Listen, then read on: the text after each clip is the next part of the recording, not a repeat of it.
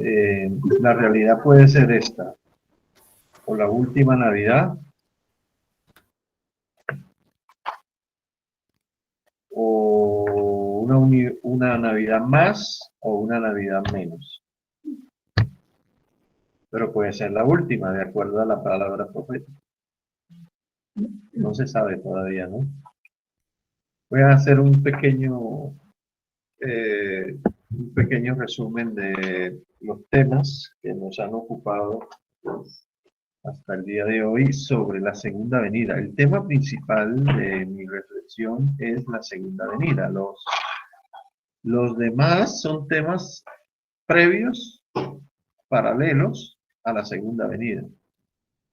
Por ejemplo, el Armagedón, por ejemplo, el Anticristo, por ejemplo, la tribulación y la gran tribulación, por ejemplo, la cena de las bodas del Cordero, por ejemplo, el juicio de los redimidos. Y bueno, habrá otras señales que el Señor dio, señales de todo tipo, físicas, espirituales, señales políticas, físicas, terremotos, todo tipo de desastre natural, haciéndoles caer en la cuenta que la mayoría de las plagas que narra Apocalipsis son plagas, muchas son ecológicas. También hay señales espirituales, como por ejemplo falsos cristos, falsos maestros, falsos profetas, milagros falsos, apostasía en la iglesia, la apostasía propia de la iglesia, un tipo de sincretismo religioso, la gente que corre de aquí para allá asustada por el coronavirus, por el mar, por esto, por lo otro, asustada, como dice Daniel, ¿no? La gente, Dios está removiendo todo aquello que represente la confianza del hombre diferente a Dios. No sé si me explico. Todo lo que el hombre tenga como ancla, como confianza, fama, títulos, dinero, padre, de acuerdo a las palabras de Jesús, padre, madre, hijos, esposa, bienes de todo tipo, Dios está removiendo todo eso, más en este tiempo. Él está haciendo que la higuera se remezca, se estremezca más bien. Y eso ayudará en algún sentido a definir a los que están dudando, porque se definan si definitivamente se van a ir para el mundo o se van a quedar formando parte del pueblo de Dios. Entonces, muchas señales. Cada vez el mundo cada vez más hostil, mucha hostilidad hacia la iglesia, hacia los cristianos. Escuché lo vi no sé si fue en YouTube que lo vi, que en la Comunidad Europea, en el Parlamento Europeo, se hizo un debate a fin de sacar del lenguaje de la comunidad la palabra Navidad. Es simplemente para que sepan o se dan cuenta de si Satanás está trabajando o no, para denigrar de todo la verdadera Navidad, tal como se debe celebrar si es el caso. Es decir, se reúnen, gastan dinero, palabras, discursos para aprobar o no una propuesta que es sacar del lenguaje de la comunidad la palabra Navidad. Por ahí me comentaba también, Carmen, que había escuchado o visto que acá también están tratando de sacar del lenguaje una palabra que ya casi no se usa, señorita. que la palabra señorita ya es una palabra que entró dentro de las lenguas muertas, en desuso. Entonces uno ve cómo Satanás paulatinamente está tentando contra todo lo que le huela a Biblia, a cristianos, a Dios. Y así va a ir degenerando hasta el final de los tiempos, cuando se presente la gran apostasía. Entonces, pues eso es un llamado para la iglesia, para que estemos preparados. Y como decía el apóstol Pablo, que sea ocasión para dar, igual independientemente de la posición que ellos tomen, de violencia o muerte, lo que quieran, de dar testimonio de nuestro Señor Jesucristo. Así va a ser la confrontación que se avecina en los momentos previos a la segunda venida. Hemos visto, por ejemplo, la segunda venida, la importancia de su venida. Quiero enfatizar esta partecita porque me parece interesante. ¿Por qué es importante la doctrina de la segunda venida para los cristianos? ¿Por qué es importante? Tal vez por esa pregunta es que yo he tratado de explorar lo más que pueda sobre todas estas señales y todos estos eventos previos hasta la segunda venida. ¿Qué efecto produce en la fe del cristiano el saber que Cristo viene? Poder. Poder, esperanza, confianza, fe, Fe. fe. Todo indica de que las cosas no van a seguir así por siempre. Van a tener un fin. Eso también da confianza, ¿no? Así se va a acabar todo esto del pecado, el diablo, el falso profeta, el anticristo. Todo eso en nuestro corazón engendra un ánimo, una certeza, una confianza, una fe. Y más cuando sabemos que la palabra del Señor es fiel, ¿cierto? Es verdadera. Entonces, eso genera, produce en el cristiano decir, bueno, me tocó aguantar un poquito más, listo, pero mi libertador aparecerá en cualquier momento y acabará todo eso. Entonces es importantísima la doctrina de la segunda venida. Hemos hablado del momento de su venida, aclarando lo de siempre, ¿no? Que el día y la hora está sellado, está vedado. Nadie, excepto el Padre, como dijo el Señor Jesús, sabe el día, ni siquiera los ángeles del cielo. Así que no ore para que el Señor le revele si el día y la hora como para estar listos, no, no. Parausia, que es la palabra parausia, el término hebreo. Parausia, no, con ese, que significa presencia, llegada, en lo que tiene que ver con la segunda venida. Y epifanía, que es un término más, lo usan más dentro del catolicismo, pero es otro término griego que significa aparición o manifestación visible. Y eso es lo que va a ocurrir. Las señales de la venida es lo que estamos viendo, la tribulación y la gran tribulación, el rapto, el arrebatamiento de la iglesia, sin caer en posiciones. Es un hecho, hay rapto, hay resurrección de los muertos, en eso estamos. Vendrá el anticristo, délo por hecho también, no ore para que no venga, va a venir. Y estamos en el tema de la resurrección de los muertos. Hacia adelante nos faltaría todavía la cena de la boda del Cordero, que va ligada al rapto, dice, bastantes posiciones, los juicios a las naciones, los juicios al tribunal de Cristo para la iglesia, los redimidos, el juicio final, los no redimidos, la segunda resurrección, los no redimidos, y el destino final, el cielo o el infierno. Hasta allá tenemos que llegar para hacer un paneo completo de todo el panorama que tiene que ver con la segunda venida y la eternidad. Vamos a tocar hasta la eternidad Y lo tocamos porque está revelado mucho de lo que, y diría que bastante de la eternidad está revelada, buscando también el Señor, como decíamos al principio, darnos esperanza, darnos confianza y aumentarnos la fe. Entonces estábamos en la resurrección de los muertos. Es una palabra también griega que significa ensanas, que significa no, en griego es ensa con x, ensanastasis. Lo busqué en el diccionario para tratar de buscar alguna palabrita o alguna idea de qué significa resurrección. Y lo que encontré es acto de ser levantado de los muertos.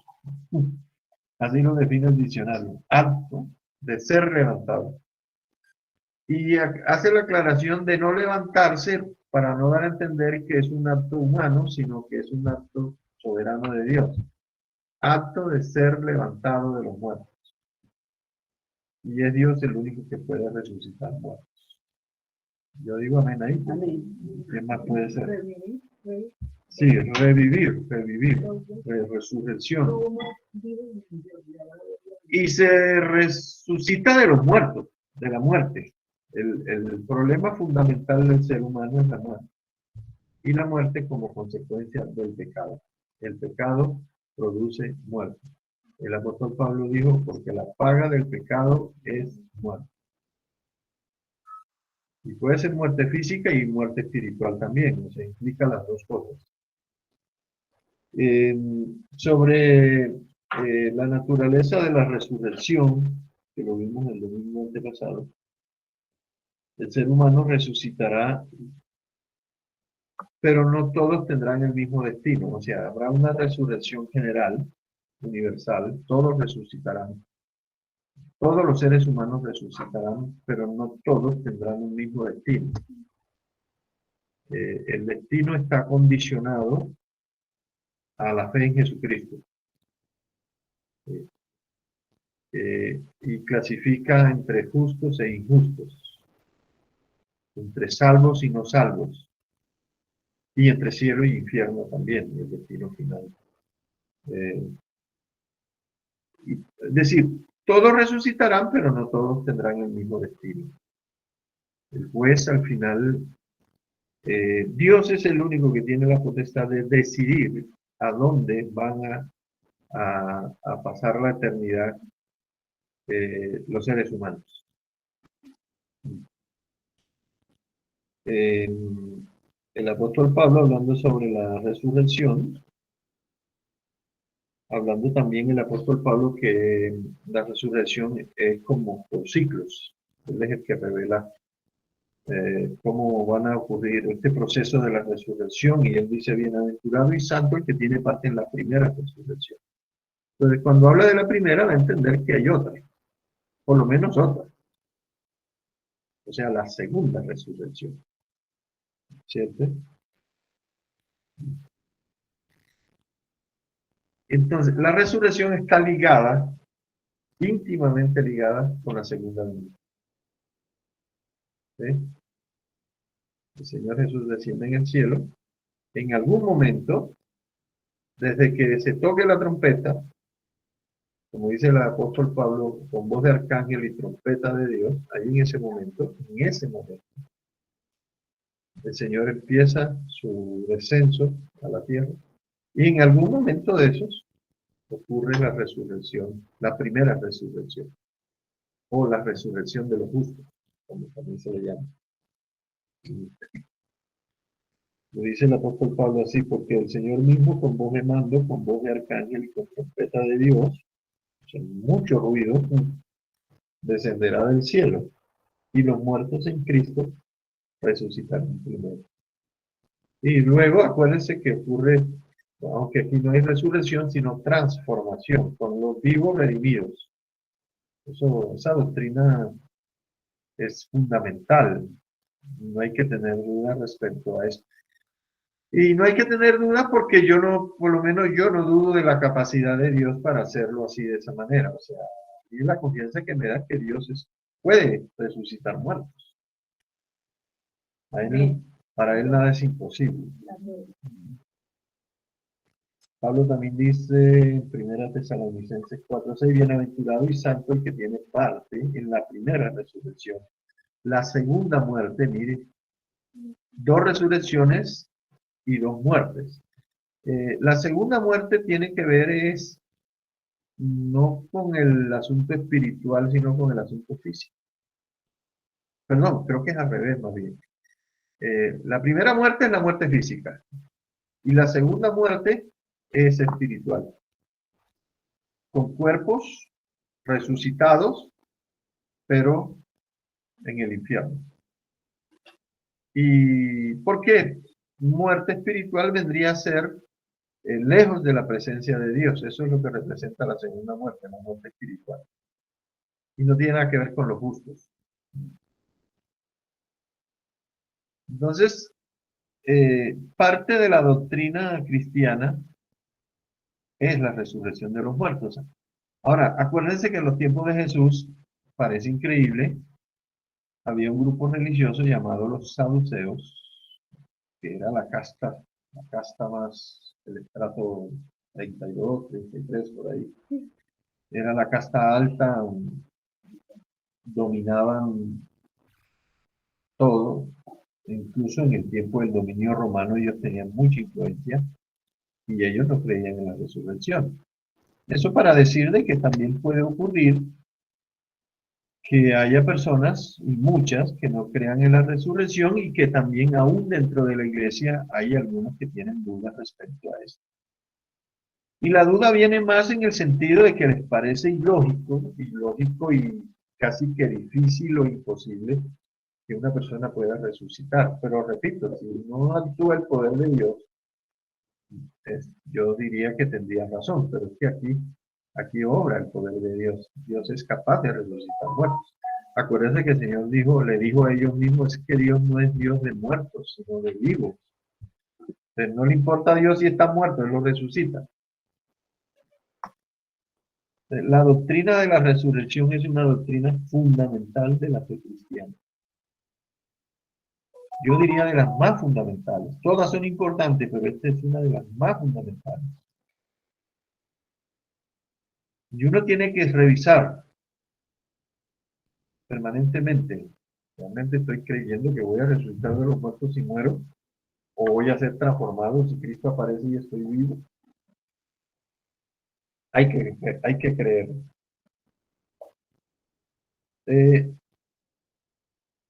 La resurrección de los incrédulos. Apocalipsis 20, del 5 al 6. Así le voy a pedir el favor a los muchachos que me ayuden ahí con Apocalipsis 20, 5 y 6. Y espero hasta que lo puedan colocar. 20.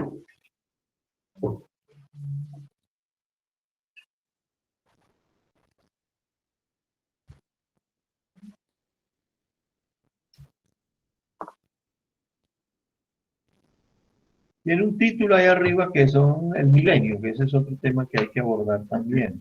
Hay muchas posiciones respecto a eso. Pero dice así el versículo 5 y 6. Pero los otros muertos no volvieron a vivir hasta que se cumplieron mil años. Es decir, según esto, la segunda resurrección y la posición de muchos, la segunda resurrección ocurre después del milenio, después de 1000 años. Pero los otros muertos no volvieron a vivir hasta que se cumplieron los 1000 años. Esta es la primera resurrección. Dice, bienaventurado y santo el que tiene parte en la primera resurrección. Esa es la que tenemos que apuntar. Todos, pero malos creyentes también, ¿no?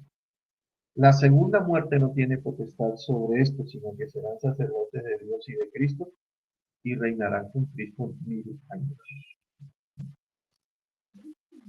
Entonces, cuando ocurra la segunda resurrección, estos que ya están condenados, porque no creyeron en Cristo, porque no se acogieron a las demandas del reino, porque quisieron vivir como les dio la gana en el pecado, amaron sus pecados y murieron sin arrepentirse, estos, que se llaman impíos o incrédulos, van a ir a un juicio, que se llama el juicio ante el gran trono blanco, a rendirle cuentas al Padre, a Dios, por todos sus actos, incluyendo su no fe en Cristo.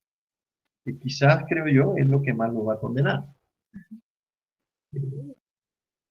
Con las tantas oportunidades y tantas posibilidades que tuvieron durante toda la vida y no creyeron, sino que renegaron, sino que blasfemaron incluso algunos y acogieron al ateísmo como su religión oficial. Los ateos dicen que no creen en Dios, pero no se dan cuenta que el ateísmo es una religión sin Dios, precisamente. Entonces, los incrédulos, los impíos, van a estar delante del trono, lo quieran o no. Porque el impío generalmente, él cree que si niega a Dios, que si niega y reniega de la obra de Cristo, ellos piensan que haciendo eso van a obviar o se van a salvar del juicio de Dios. Están haciendo lo de la avestruz. Pero acá se van a dar cuenta de que no, de que nadie se va a librar. Ahí entran los tibios también. Me están preguntando acá que si también entrarían los tibios. Yo pensaría que sí también. Los que son de tierra caliente, esos dice el Señor que son sus próximos, pero los demás dice que los vomitará de su boca. Es decir, Dios no los va a mencionar, no va a mencionar sus nombres. Puede ser, ¿no? Entonces la segunda muerte no va a tener potestades sobre los que resucitaron primero, sobre los justos. Hay de aquel que dice Hebreos, ¿no? Que pisoteare la sangre del color. Hay del que peca deliberadamente, dice también. Deliberadamente, o sea, consciente de lo que está haciendo. Dice el verso 15 del capítulo 20, dice, y el que no se halló inscrito en el libro de la vida, los justos están escritos en el nombre de la vida. Y el que no se haya inscrito en el libro de la vida será lanzado, dice aquí, en el lago de fuego. Esto es un sinónimo de infierno. En el lago de fuego.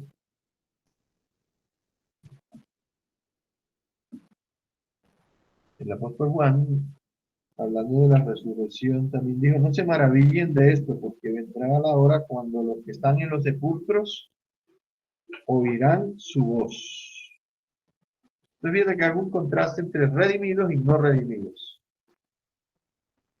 Hay demasiadas o suficientes, diríamos, alusiones a la resurrección en las escrituras como para dudar de ella.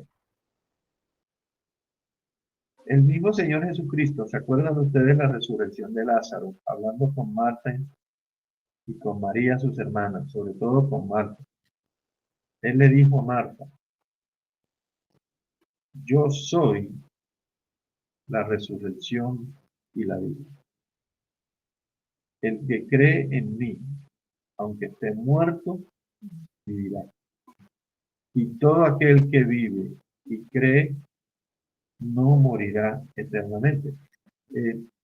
Fíjense que el Señor habla de los creyentes en Cristo muertos y los que viven, dice que no, aunque mueran, no van a morir eternamente. Ya que en algún momento van a ser resucitados. Pero esa declaración del Señor Jesús, que para mí es el eje del tema de la resurrección. Yo soy la resurrección y la vida. ¿Se imaginan eso? Y uno con eso aquí adentro, en ese chip instalado en nuestro ADN, en nuestra sangre, en nuestra fe, que produce, como decíamos al principio, lo importante de la doctrina de la segunda venida, la resurrección de los muertos, lo que produce en el cristiano.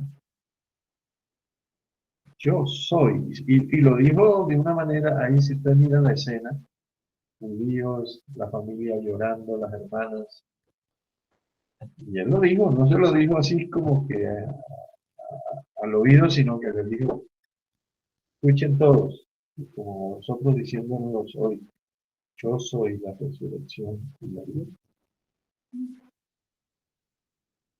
El que cree en mí, o el que creyó en mí y murió, será levantado. Y ustedes que están ahí vivos, bueno, de acuerdo a las palabras de Pablo es, si están vivos, serán transformados cuando yo venga.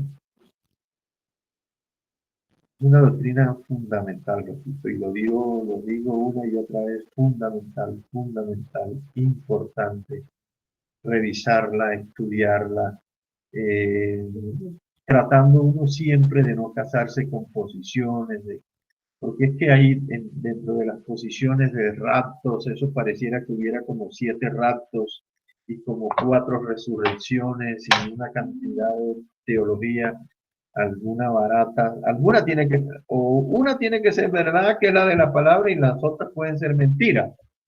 Pero hay muchas posiciones que en vez de generar lo que estoy procurando generar en la iglesia, que es fe y confianza, en mucho lo que está produciendo es dudas. Por eso es que hay tantas dudas, porque hay demasiadas posiciones respecto al rapto, a la segunda venida, a la gran tribulación, al anticristo, a la resurrección de los muertos. Yo tomé como norma algo que tengo como convicción. En medio de las variadas posiciones respecto a la segunda venida, la resurrección, el rapto, yo sencillamente me quedo con los hechos. Hay segunda venida, hay rapto, hay resurrección de los muertos, hay juicio, hay premios, hay castigos. Me quedo con los hechos. Y leo y escucho al uno y al otro, pero siempre teniendo como norma lo que está claro en la escritura. Los textos que son reveladores. Porque algunos tomas son los textos que están más oscuros, como que sí pueden generar dudas en las personas, porque es que a veces el Señor habló como si hubiese sido como si hubiese un solo acto de resurrección. Y oirán la voz, y entonces unos irán a la vida eterna y otros a juicio eterno, pareciera. Y tengo algunos textos en ese sentido, por ejemplo, Juan capítulo 25, palabras de Jesús, Daniel 12:2, Hebreos 9:27. Pareciera que dieran a entender en una sola resurrección y de una vez uno por un lado y el otro para el otro lado. Digamos, Juan, por ejemplo, dice, no se maravillen de esto porque vendrá la hora cuando todos los que están en los sepulcros oirán su voz, allá hay resurrección, y los que hicieron lo malo, lo bueno, saldrán a resurrección de vida, y los que hicieron lo malo a resurrección de condenación. Pareciera una sola, por eso es que hay que leer contextualizando. El texto, el texto ese que está difícil, a la luz, esa es la regla de la interpretación bíblica. El texto difícil, pero a la luz de los que están claros, no al revés. Yo no voy a oscurecer un texto que está claro con algo que todavía me cuesta trabajo entender. Dice también Daniel, y muchos de los que, Daniel 12:2, y muchos de los que duermen en el polvo de la tierra serán despertados, resucitados, unos para vida eterna y otros para vergüenza y confusión perpetua. Pareciera un solo acto.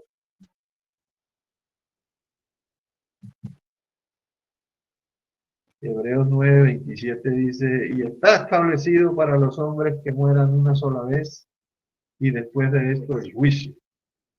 Esos son textos que sencillamente a veces son como un resumen de doctrinas fundamentales, que no quieren hacer teología, sino que resaltan el hecho. Daniel, Juan es uno de estos textos. Y todo para no caer en lo que los teólogos llaman las aparentes contradicciones de la Biblia. La Biblia no se contradice. Dios no se contradice. Que yo interprete mal es otra cosa. Que otro interprete y haga doctrina, eso es otra cosa. Eso puede ser hasta herejía. Pero la doctrina de la resurrección de los muertos es una doctrina fundamental, clara, real de las Escrituras.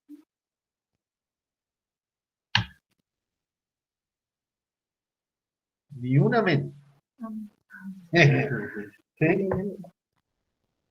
Entonces, como la mayoría de los comentaristas también coinciden con la Escritura de que los impíos no van a resucitar sino hasta después del milenio, después del reinado universal de Cristo. Entonces, ahí es donde se establece de que la resurrección es por fases, por etapas, o por grupos, como ustedes quieran. En el capítulo 20 de Apocalipsis, ahí donde está registrado de que los no resucitarán sino hasta después del milenio, el versículo 11, 20-11, dice, el juicio ante el gran trono blanco. Pero permítame leer también el 10, porque es que aquí ya ocurrió todo esto de que fue apresada la Trinidad diabólica. Y el diablo que los engañaba fue lanzado en el lago de fuego y azufre, para que ubiquemos el lugar de destino para los impíos. O sea, los justos van con Dios y los impíos van con esta Trinidad diabólica, con el diablo. Y si el diablo que los engañaba fue lanzado en el lago de fuego y azufre, donde estaba la bestia, el falso profeta. Y serán atormentados día y noche por los siglos de los siglos. Es decir, esta expresión lo que indica es que los que están destinados a la condenación no van a ir de paseo a tierra caliente. Sí, aquí dice que van a recibir unos cuerpos diseñados por Dios para estar en ese entorno, así como también lo vamos a recibir los justos para estar en el entorno de Dios, en el cielo. Entonces, y dice que va a pasar cada segundo de ese tiempo, que no es tiempo sino eternidad, porque la eternidad es ausencia de tiempo, ¿sabían? Allá no se puede decir, ni nadie se puede consolar, bueno, pero es que vamos a estar acá por 800.775 trillones de años. Si así fuera, algún día eso se acabaría. Tendrían ese consuelo. Pero es que aquí resulta que no ocurre. El tiempo no ocurre aquí, sino que dice que serán atormentados día y noche. Toma la expresión dando a entender siempre, serán atormentados por los siglos de los siglos. Esa es una expresión de eternidad que a veces en muchas escrituras se aplica a Dios. Como dijo un hermano, un teólogo dijo, si Dios es eterno, el infierno también es eterno. Y ahí aparece el juicio del trono blanco a partir del verso 11. Y vi un trono blanco, santidad, justicia, y en el trono estaba uno sentado. Eso es importante saberlo. De delante del cual huyeron la tierra y el cielo, y ningún lugar se encontró para ellos. O sea, todavía están huyendo. No hay, tratan de reposar. No, aquí no hay lugar, aquí no hay lugar. Sigan. Algo así. Dice el 12, dice Juan, y vi a los muertos, grandes y pequeños, de pie ante Dios, el juez. Y los libros donde están escritos todos los actos, pensamientos y tensiones del hombre. Y los libros fueron abiertos. Y otro libro fue abierto, el libro de la vida. El libro de la vida. y fueron juzgados los muertos por las cosas que estaban escritas en los libros según sus obras. Estoy tratando de meterle un poquito como de lógica a este versículo, porque es que resulta que aparece el libro de la vida. Y ese libro de la vida va a aparecer en ese juicio penal, pero en ese libro de la vida, ninguno de los que van a ser juzgados en ese tiempo van a aparecer ahí, en ese libro de la vida. Por eso es que van a ser lanzados al lago de fuego. Porque en el libro de la vida están escritos son los nombres de los que el Cordero ha sellado. Ahí están escritos los justos. Ahí no va a aparecer ningún acto ni ningún nombre, sobre todo ningún nombre de los incrédulos, de los impíos. No va a aparecer. Pero va a estar ahí como testimonio de que hay un juez justo que va a decir la sentencia final. Hace unos días con una abogada estábamos hablando de esto. Y la pregunta que me hizo es, ¿y si ya están condenados, para qué los van a juzgar? Una buena pregunta, ¿no?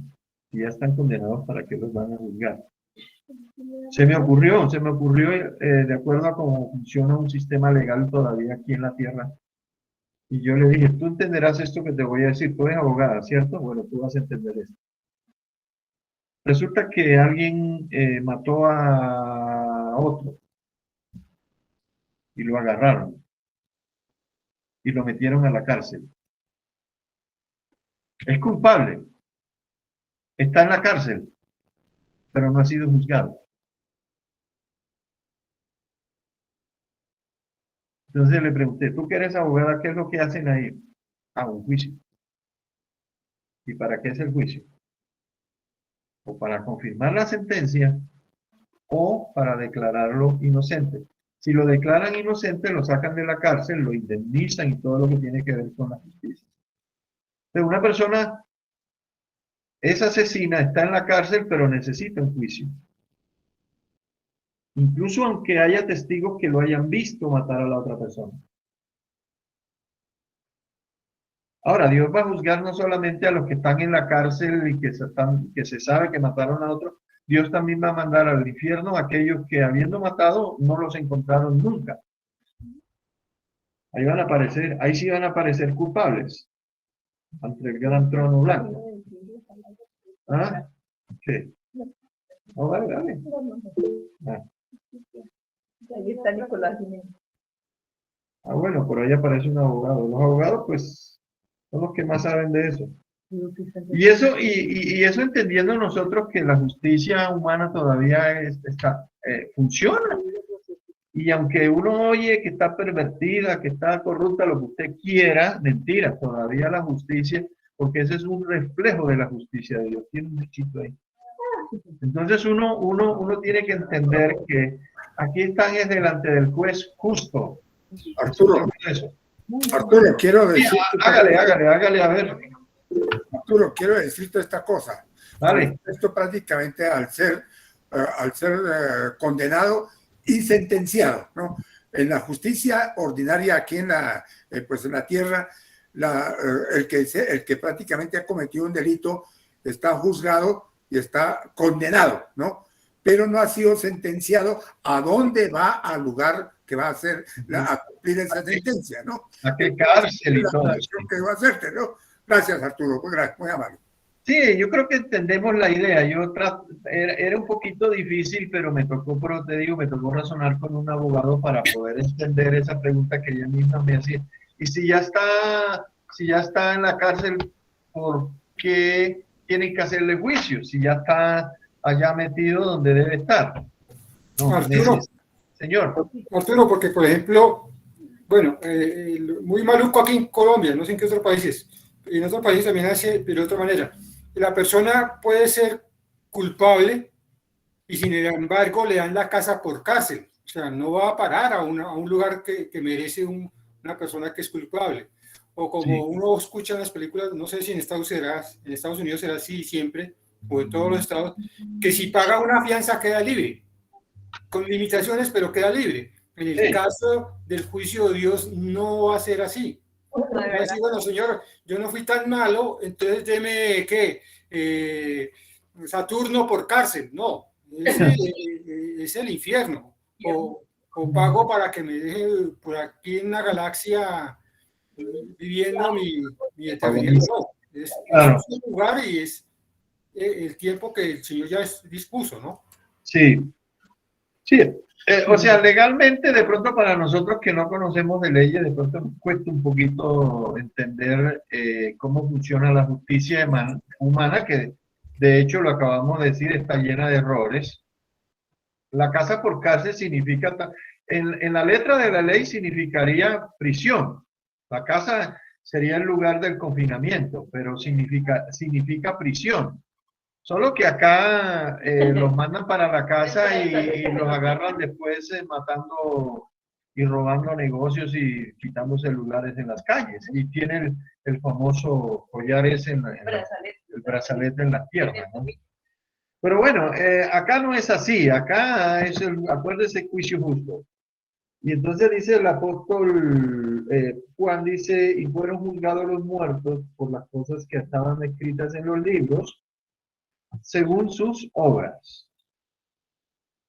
Dice el 13, ahí los que murieron de cualquier forma y en cualquier lugar o cualquier circunstancia. Mire aquí el verso 13. Y el mar entregó los muertos que había en él, la muerte y el Hades, el lugar de los muertos. También entregó los que había en ellos y fueron juzgados cada uno según sus obras. Nosotros vivimos por fe y no por obras. Sí, cuando las obras no son para glorificar a Dios, condenan.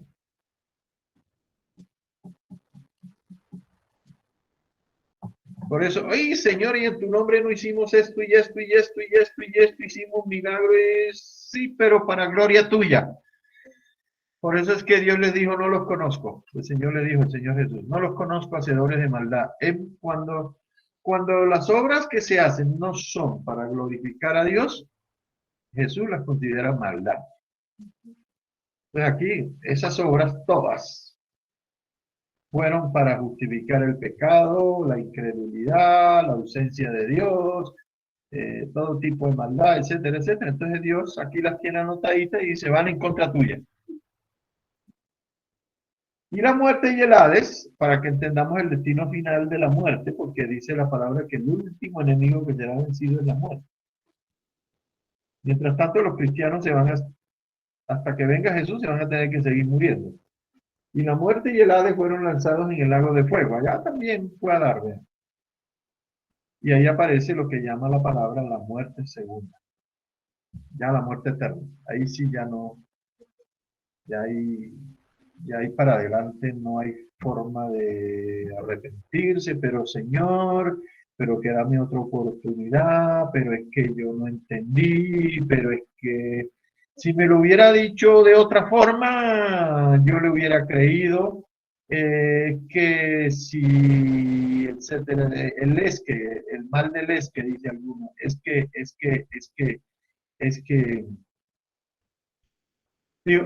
no creíste en Cristo. ¿Cuántas oportunidades necesitabas para creer en Cristo? ¿Una o 1000? Y jugaste, y jugaste, y jugaste, y jugaste, y aplazaste, y aplazar, bueno, cuando esté viejito, bueno, cuando esté ahí a los 5 minutos antes de morirme, entonces yo me arrepiento, y etcétera, y las miles de excusas que el hombre saca. Pero aquí el Señor dice, no, aquí no sirve nada. Es que tengo una prueba reina. El que tiene la prueba reina es el Señor. Dice el Kirse como un sello ahí, la firma de Dios. Y el que no se halló inscrito en el libro de la vida fue lanzado en el lago de fuego. Esta es una doctrina, si se quiere, amplia. Yo consulté una teología, gasta muchas páginas. tratando de explicar las diferentes posiciones que hay sobre la resurrección y la segunda, sobre todo la segunda venida. Pero, hermanos, uno queda abrumado de la veracidad de las escrituras y de la claridad, sobre todo sobre la claridad de las escrituras, sobre estos eventos importantes que tienen que ver con la segunda venida. Entonces, en resumen, aquí un pequeño resumen para el destino final de los incrédulos.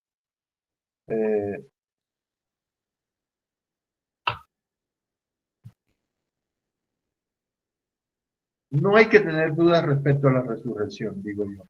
No hay que tener dudas. Todos resucitaremos. Todos. Todo a su debido tiempo también. Pero la condición final, de acuerdo a este texto del capítulo 22, ¿qué? 20 y otros, es el siguiente. Primero, separación de Dios. Total. Es como si Dios les dijera, tú allá en la tierra no quisiste saber nada de mí. ¿Sabes? Yo tampoco acá quiero saber de ti. Es casi eso. Porque el engaño y la pretensión de muchos es, viven como quieran, hacen lo que quieran, y quieren morirse e irse para el cielo. ¿Ves? Quieren morirse y entonces ahí sí quieren estar con Dios. El que quiere estar con Dios en la eternidad tiene que estar con Cristo acá. Diríamos que esa es la condición. ¿Usted ha revisado la doctrina del purgatorio? Mire, la doctrina del purgatorio tiene, primero que es una gran mentira, la doctrina del purgatorio. Pero es una doctrina generalizada dentro de la tradición católica, ¿de acuerdo? El purgatorio. Y el purgatorio tiene por lo menos estas dos falencias. Primero, anula la resurrección de los muertos y anula el infierno. No sé si habrá caído en cuenta. Eso yo cuando he hablado sobre la doctrina del purgatorio, lo he dicho. Pero por lo menos niega eso.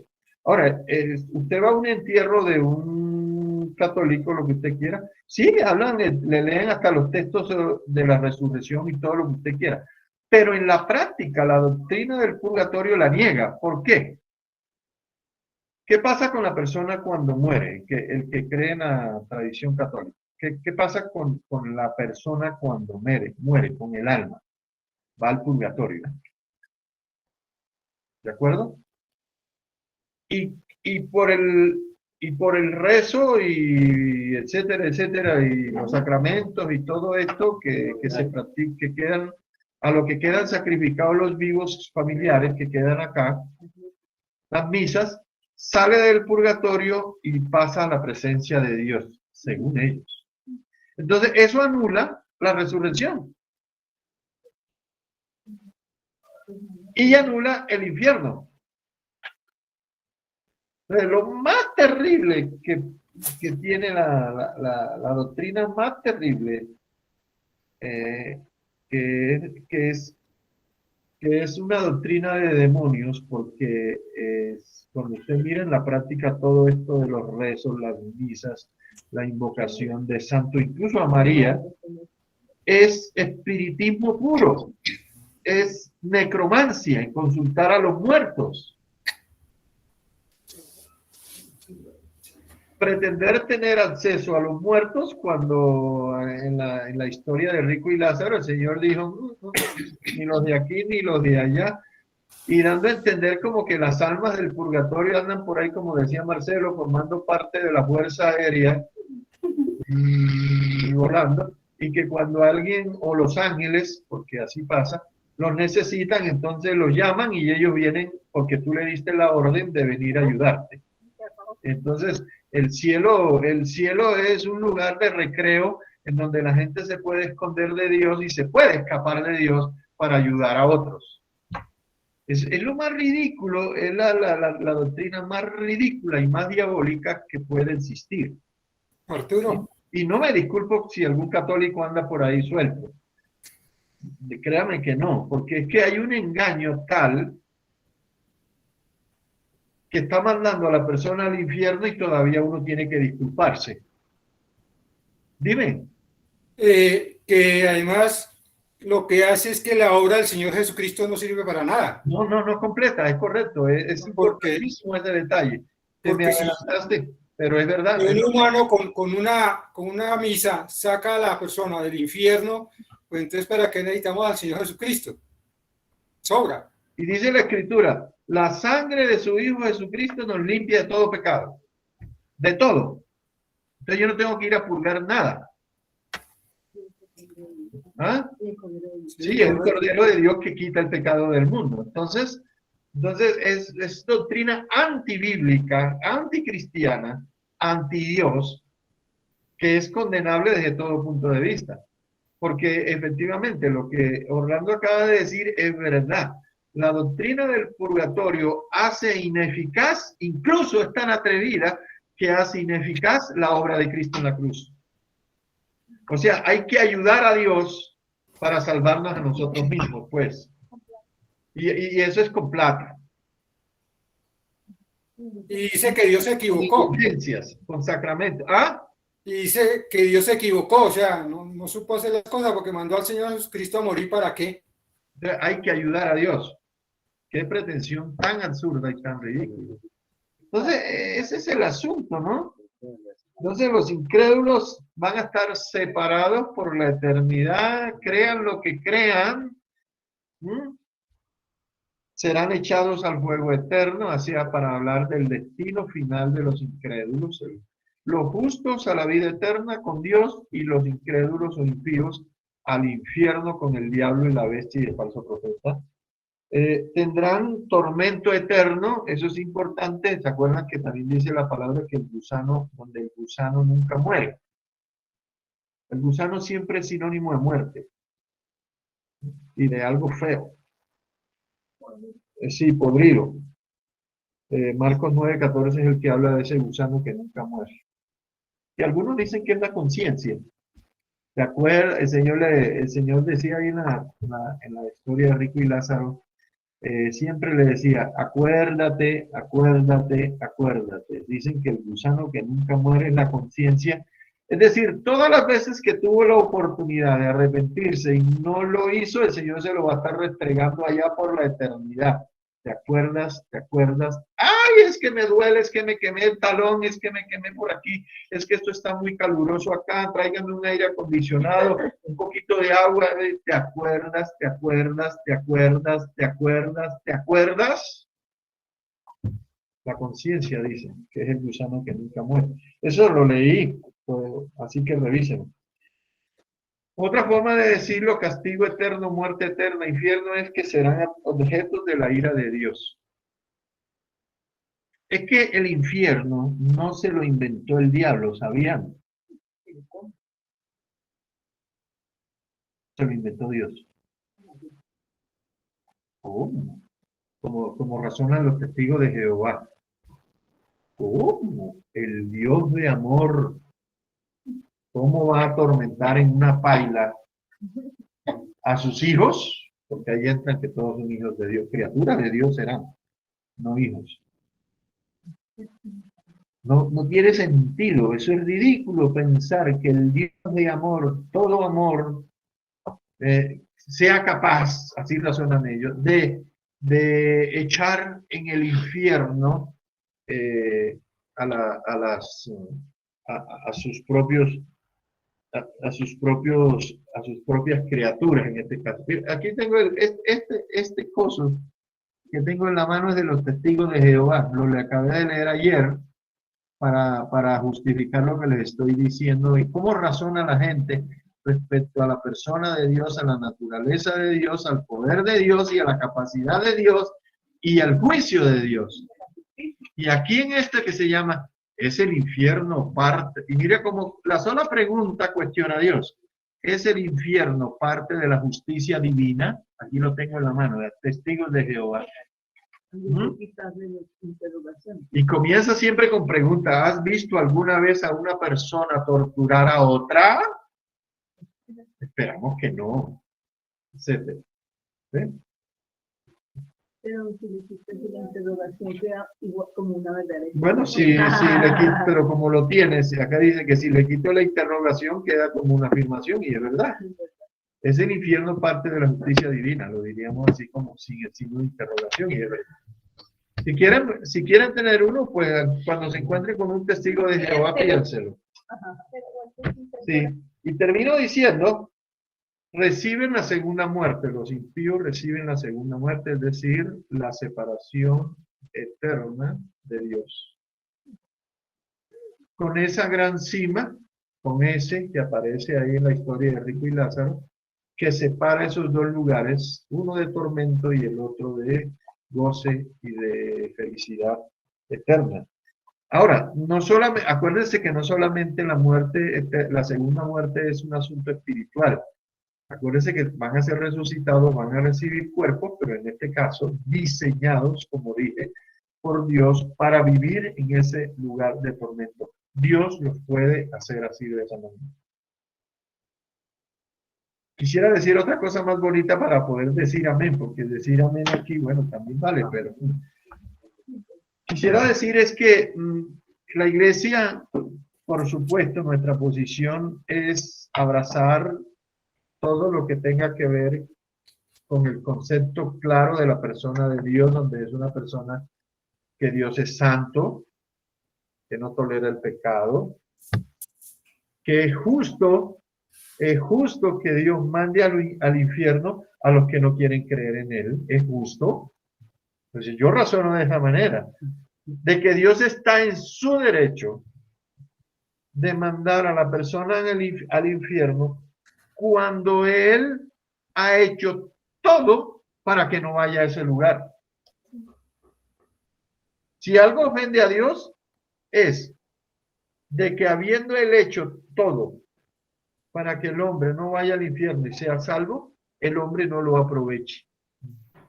Entonces es justo que Dios mande al infierno no solo al diablo, sino a los que son como el diablo, rebeldes, ateos, incrédulos, que forman desorden, zafarrancho, que viven en estado de anomia. Anomia es un término que significa sin ley. Es justo. Dios en su justicia no va a mandar al cielo a alguien que no lo merezca, ni tampoco va a mandar al infierno a alguien que no lo merezca. Dice que el trono de Dios es un trono de justicia.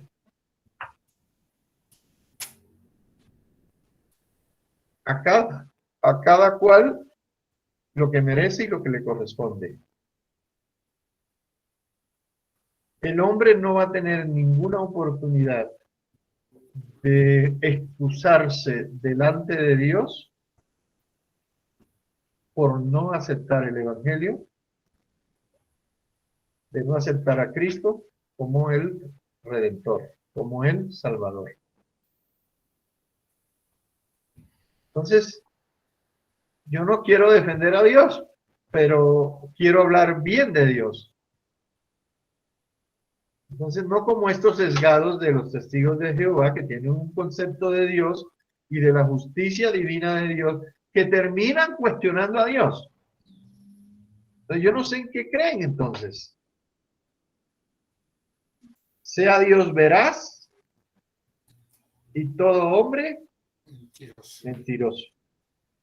Eso dice la Escritura. Sea Dios veraz y todo hombre mentiroso. Ahí sí puedo decir un amén. Amén. Entonces, gracias por su paciencia. Revisen. No me queda, repito, no es tan fácil para uno en la cabeza tratar de... Pero hay mucha revelación en la Escritura para que nosotros podamos revisar esto y estudiarlo, escuchar Hay muy buenas prédicas en YouTube, por lo menos yo consulto más YouTube, no tengo otras aplicaciones. Hay mucho material y bueno, confronte con la palabra y sacará conclusiones, incluso de lo que yo he dicho, si es verdad o no, y si no, pues bueno, lea la Biblia, por lo menos lea la Biblia, hermano. No oiga a fulano, fulano y fulano sin primero haber leído la Biblia, porque es que ese es el problema. Que el Señor les ayude, el Señor les bendiga, el Señor les revele, el Señor les muestre, el Señor les guarde y que el Espíritu Santo les guíe. Amén. Amén.